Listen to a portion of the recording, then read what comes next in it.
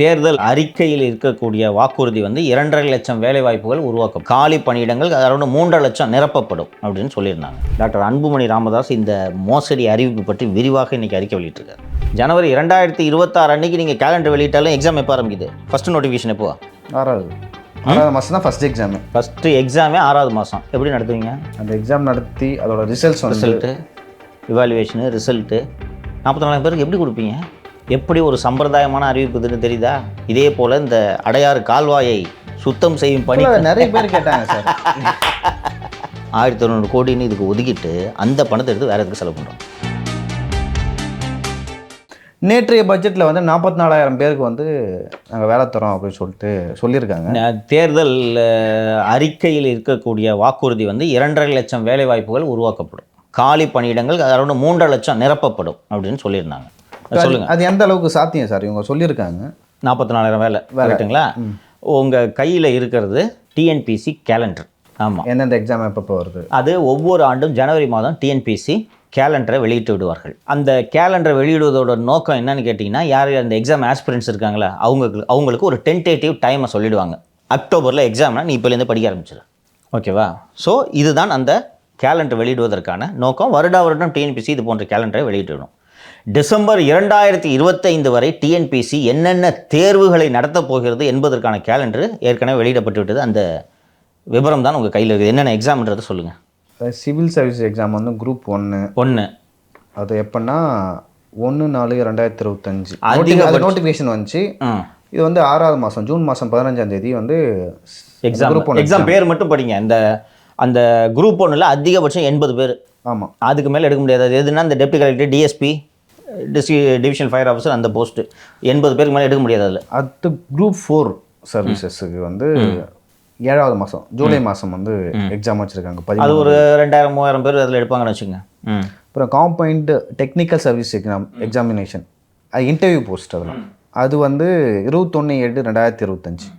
அதுக்கப்புறம் வந்து டெக்னிக்கல் சர்வீஸ்லேயே நான் இன்டர்வியூ போஸ்ட் இருக்குது. அது வந்து 4/8/2025. அதன் பிறகு வந்து டெக்னிக்கல் சர்வீஸில் டிப்ளமோ ஐடிஐ இருக்காங்கள்ல, அந்த கடல்நிலை பணியாளர்கள், அவங்களுக்கான எக்ஸாம் வந்து 28/8/2025.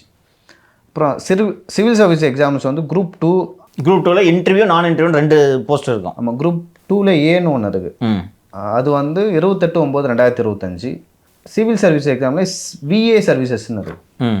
ஸோ அதெல்லாம் வந்து இந்த வருட கடைசி எக்ஸாம் டிசம்பர் 2025 21/12/2025 ரைட்டுங்களா? இப்போது 25 அதாவது 2025 ஆண்டு முழுமைக்குமான பட்டியல் வெளியிடப்பட்டு விட்டது. சரிங்களா? இது மொத்தமாக சேர்த்திங்கன்னா 8000-9,000 வேக்கன்சி. அதுக்கு மேலே இது பண்ண முடியாது. இல்லை இதிலே வந்து லைக் எப்படி சொல்கிறது, சில டைமில் எக்ஸாம் தள்ளி போகும், இன்டர்வியூ கூப்பிட மாட்டாங்க, என்ன வேணாலும் நடக்கலாம். நோட்டிஃபிகேஷனே தாமதமாகும். அதையும் சொல்லிடுறேன், நோட்டிஃபிகேஷனே தாமதமாகும். நோட்டிஃபிகேஷன் வந்து எக்ஸாம் நடந்து ரிசல்ட்டுக்கு தாமதமாகுதுன்னு இந்த அரசு மீது தொடர் குற்றச்சாட்டுகள் இருந்தன. நினைவு இருக்கா?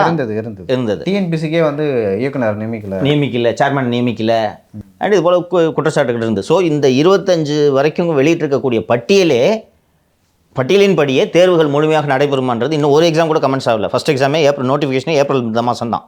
ஆமாம் இல்லையா? அப்படி இருக்கும்போது நீங்கள் 44,000 போஸ்ட்டை இப்போ வேலைவாய்ப்புகளை எப்படி உருவாக்குவீங்க?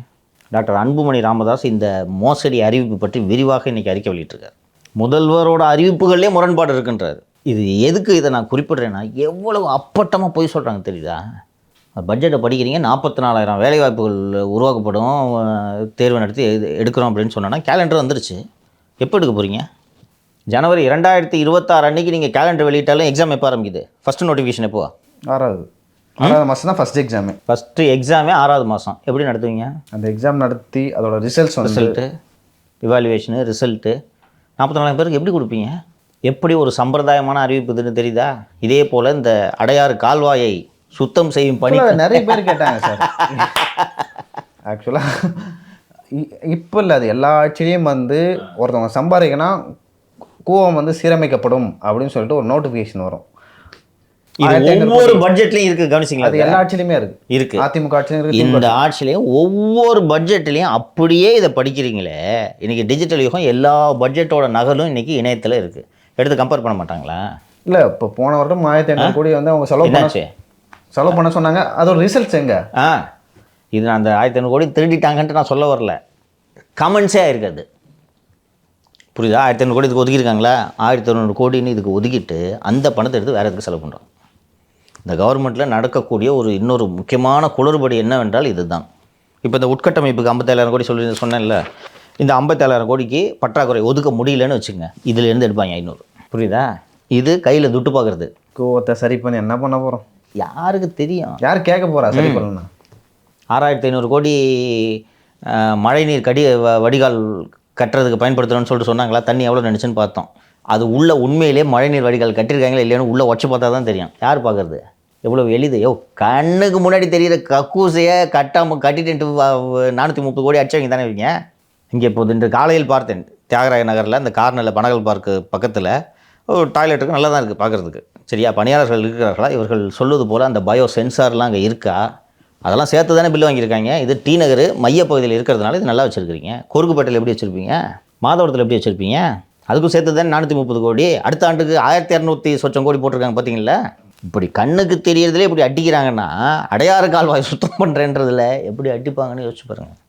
ஒட்டு மொத்தமாக ஒரு சிஎம்க்கு இது என்ன நடக்குது, நம்ம அற்புதமான திட்டங்களையெல்லாம் போட்டு கொண்டிருக்கோம் என்று நினைத்து கொண்டிருக்கிறார். இந்த கொள்ளைக்காக தான் இந்த ஆட்சி போக வேண்டும் என்று நாம் கூறுகிறோம். இந்த பட்ஜெட்டை பார்த்தீங்களா, 44,000 வேலைவாய்ப்புன்னு நீங்கள் சொல்கிறீங்களே, இந்த எக்ஸாம் எழுதுறதுக்குனே ஒரு குரூப் சுற்றிட்டு இருக்கு பார்த்துருக்கீங்களா? டிஎன்பிசியில் எப்போ எக்ஸாம் எடுத்து சிவில் சர்வீஸ் டிஎன்பிசின்னு அவர்களுக்கு ஏமாற்றமாக அமையாத அது. முதல்ல இந்த வேலைவாய்ப்பை உருவாக்குறதுக்கான ஒரு முக்கியமான அமைப்பு என்பது டிஎன்பிசி. அதுக்கு சேர்மேனே போடாமல் 3 வருஷம் ஓட்டினீங்களா? ஆமாம். முதல்ல அதுக்கு இறையன்பு நியமிப்பாக இருந்தது. இறையன்புக்காகவே அந்த பணி காலியாக வைக்கப்பட்டிருந்தது, நினைவு இருக்கா? அப்புறம் லாஸ்ட் மினிட்ல நம்மளாம் எக்ஸ்போஸ் பண்ண பிறகு எனக்கு வேணாம்ப்பா அந்த போஸ்ட் அப்படின்ட்டு போயிட்டார் அவர். அதற்கு பிறகு இவர்களுக்கு விருப்பமானவர் என்பதற்காக திரு சைலேந்திர பாபு அவர்களை அதில் நியமிக்க போய் ஆளுநர் கையில் போட முடியாதுன்ட்டார். ஞாபகம் இருக்கா? அப்போ உங்களுக்கு வேண்டியவங்களெல்லாம் போய் உட்கார வைக்கிறதுக்காகத்தான் இந்த பதவியை நீங்கள் பயன்படுத்துகிறீர்கள். இல்லை வேலைவாய்ப்பை உருவாக்குறேன்னா அந்த அந்த ரெக்ரூட்மெண்ட்டை பண்ணுற பாடியை ஸ்ட்ரெங்தன் பண்ண வேணாமா நீங்கள்? அதை சேர்மன் போடுறது உங்களுக்கு இன்னும் அவ்வளோ யோசனை தகுதியான நபர்கள் தமிழகத்தில் இல்லையா? சார், இப்போது டாஸ்மாக் தலைமை அலுவலகத்தில் வந்து இடி ரைட்லாம் நடந்தது. அங்கே பரபரப்பாக பேசப்பட்டது. ஆம் ஆத்மிக்கு அங்கே நடந்தது, கட்சியை வந்து அழிச்சிட்டாங்க, லைக் சிறையிலேயே வச்சுட்டாங்க கெஜ்ரிவாலை. ஒரு மாநிலத்தில் வந்து கட்சியை வந்து கைப்பற்றணும்னா பாஜக இந்த மாதிரியான விஷயங்கள் தான் வந்து செய்யும், தமிழ்நாட்டிலே அதான் செய்ய போகுது அப்படின்னு சொல்லி நம்ம பேசணும். சமூக வலைதளங்களில் அரசியல் பார்வையாளர்களும் அப்படி தான் சொன்னாங்க. ஆனால் இதில் கேஸே நடக்காது ஃபர்தரா அப்படின்னு சொல்லிட்டு ஒரு விஷயத்த சொல்கிறாங்க. நீங்கள் எப்படி பார்க்குறீங்க? இதில் நடக்குமா தொடர்ந்து, இல்லை நடக்காதா, இல்லை மணல் விவகாரம் மாதிரி அப்படியே கிடைப்பில் போடப்படுமா? எனக்கும் நம்பிக்கை இல்லை. ஃபஸ்ட்டு அமலாக்கத்துறையோட கன்விக்ஷன் ரேட்டு பார்த்திங்கன்னா, பரபரப்பாக ஒருவரை கைது செய்து சிறையில் தள்ளுவதோடு நமது வேலை முடிந்து விட்டது என்று அவர்கள் சென்று விடுகிறார்கள்.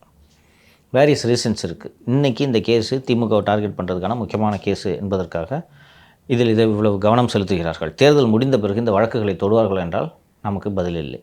நேரு, அனிதா ராதாகிருஷ்ணன், கீதா ஜீவன், KKSSR ராமச்சந்திரன், தங்கம் தென்னரசு, இது போல் பலருக்கு அமலாக்கத்துறையின் சம்மன் வந்ததுன்ட்டு நம்ம பார்த்துருக்கோம். இன்றைக்கி அந்த வழக்குகள் என்னானது?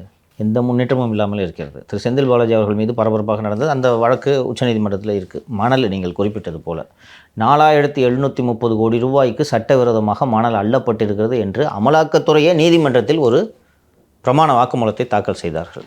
அந்த வழக்கு நீதிமன்றத்தால் தள்ளுபடி செய்யப்பட்டு விட்டதுன்னு நினைக்கிறேன். அதில் முன்னேற்றம் இல்லை. இதில் வேரியஸ் ஆஸ்பெக்ட்ஸ் இருக்குது. நீங்கள் இப்போ இந்த 1000 கோடி ரூபாய் தான் டாஸ்மாகில் நடந்திருக்குன்னு சொல்லிட்டு இடியோட ப்ரெஸ் ரிலீஸ் சொல்லுது. ஆனால் எடப்பாடி பழனிசாமி 40,000 கோடின்னு சொல்கிறாரு. 4,000 சொல்கிறாரு. இதை கண்டுபிடிக்க முடியுமான்னு கேட்டிங்கன்னா நிச்சயம் கண்டுபிடிக்க முடியும். இதுக்கு எப்படி புலன் விசாரணை செய்ய வேண்டும் என்றால் இதற்கென்று டெடிக்கேட்டடாக டீம் ஆஃப் செட் ஆஃப் ஆஃபீஸர்ஸை போட்டு நீங்கள் புலனாய்வு செஞ்சிங்கன்னா எப்பேற்பட்ட கிரைமையும் கண்டுபிடிக்கலாம். முடியாதுன்றதெல்லாம் அதில் எதுவும் இல்லை. ஆனால் இவர்களுடைய நோக்கம் அரசியல் பரபரப்பை கிளப்ப வேண்டும் என்பதற்காக அப்படின்றதுனால இந்த சர்ச்செல்லாம் பண்ணிவிட்டு சீசர்லாம் பண்ணி முடித்த பிறகு அப்படியே எந்த முன்னேற்றமும் இல்லாமல் இந்த வழக்குகள் கிடப்பில் போடப்படுகின்றன. அண்டு கூடுதலாக ஒரு தகவல், என்ன தகவல் வந்திருக்கிறது என்றால், இந்த சோதனைகள் நடைபெறுகிறது என்பது இந்த மது ஆலைகளுக்கெல்லாம் முன்னதாகவே தெரியும் என்கிறார்கள். எங்கேயுமே கேஷ் ரீசர் இல்லை பார்த்தீங்களா? ஆமாம். இவ்வளோ பெரிய பெரிய நிறுவனங்கள் என்னப்போ 10 பைசா கூட கேஷ் வச்சுக்காமல் இருப்பாங்க. முக்கிய ஆவணங்கள் கைப்பற்றப்பட்டனன்றதை தாண்டி எதுவும் இல்லை அந்த ப்ரெஸ் ரிலீஸில். கவனிச்சிங்களா? எப்படி எங்கேயுமே எப்படி கேஷ் மாட்டாமல் இருக்கும்? பல்வேறு இடங்களில் தமிழகம் முழுக்க சோதனை. நாங்கள் எங்கே ஒரு இடத்துல கூட கேஷ் மாட்டல. அமலாக்கத்துறை அதிகாரிகளே இந்த சோதனைகளை எல்லாம் சம்பாதிப்பதற்கு பயன்படுத்தி கொள்கிறார்கள் என்ற விமர்சனம் துறையிலேயே இருந்து வருகிறது. இன்னொன்று இடியோட பர்வியூவில் மாற்றவங்க எல்லாமே பெரிய பணக்காரனாக தான் இருப்பான். உங்கள் மேலே எங்கள் மேலே இடி வந்துச்சுன்னா என்ன இருக்குது நம்மக்கிட்ட? ஒன்றும் இல்லை. ஸோ பல கோடி ரூபாய் ஏய்ப்பு செய்தவர்கள் தான் இடியிடம் சிக்குவார்கள். இடி நினைத்தால் உங்களை கைது செய்து சிறையில் தள்ள முடியும், ஜாமீனே கிடையாது. கரெக்டாக 10 கோடி கிட்ட கொடுக்க மாட்டிங்களா? ஈஸியாக இல்லையா? இதுதான் நடந்து கொண்டிருக்குது. ஏன்னா இடி அக்யூஸ்டெல்லாம் பார்க்குறாங்க, உள்ளே போனோம் யாருமே வெளியில் வரல. அண்ணன் செந்தில் பாலாஜி அவர்களே 1.5 வருடம் கழித்து தான் வெளியே வந்தார். இப்போ தான் இடி பெயில் நாம்ஸ் ரிலாக்ஸ் ஆகிருக்கு சுப்ரீம் கோர்ட்டால். இல்லைனா அரெஸ்ட் ஆகி உள்ளே போனாலும் சாவி தூக்கி கடலை போட்டுறாங்க இல்லையா? அப்போது போய் 2 வருஷம் 3 வருஷம் ஜாமீன் இல்லாமல் இருக்கிறதுக்கு இவனுக்கு ஒரு 5 கோடி கொடுக்க முடிஞ்சா கொடுப்பாங்களா மாட்டாங்களா? கொடுப்பாங்க. உடச்சி சம்பாதிச்சாண்டா கொஞ்சம் கஷ்டமாக இருக்கும். அது ப்ராப்பராக டேக்ஸ் கட்டுவாங்க. அந்த துணிச்சலை தானே அங்கித் திவாரி போய் டாக்டர்கிட்ட கேட்குறாரு துட்டு. இதுவும் நடக்கிறது. இன்னொன்று, அமலாக்கத்துறையில் பணியாற்றும் பெரும்பாலான அதிகாரிகள் அயல் பணியில் வருபவர்கள். வருமான வரித்துறை, ஜிஎஸ்டி, கஸ்டம்ஸு, இது போன்ற துறைகளிலிருந்து, ஐபிஎஸ்லேருந்து வருவாங்க. அயல் பணியில் வருகிறவர்கள் 3 வருஷம் அவங்களுக்கு டெப்டேஷன்.